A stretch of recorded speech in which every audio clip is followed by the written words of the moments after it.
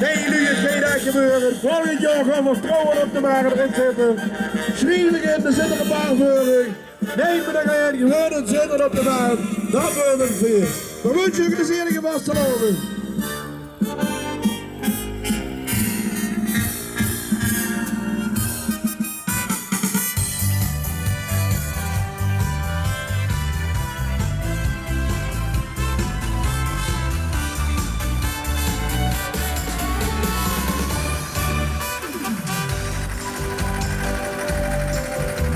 Het is al een jaar geleden, die weer hier op het Prinsenbal.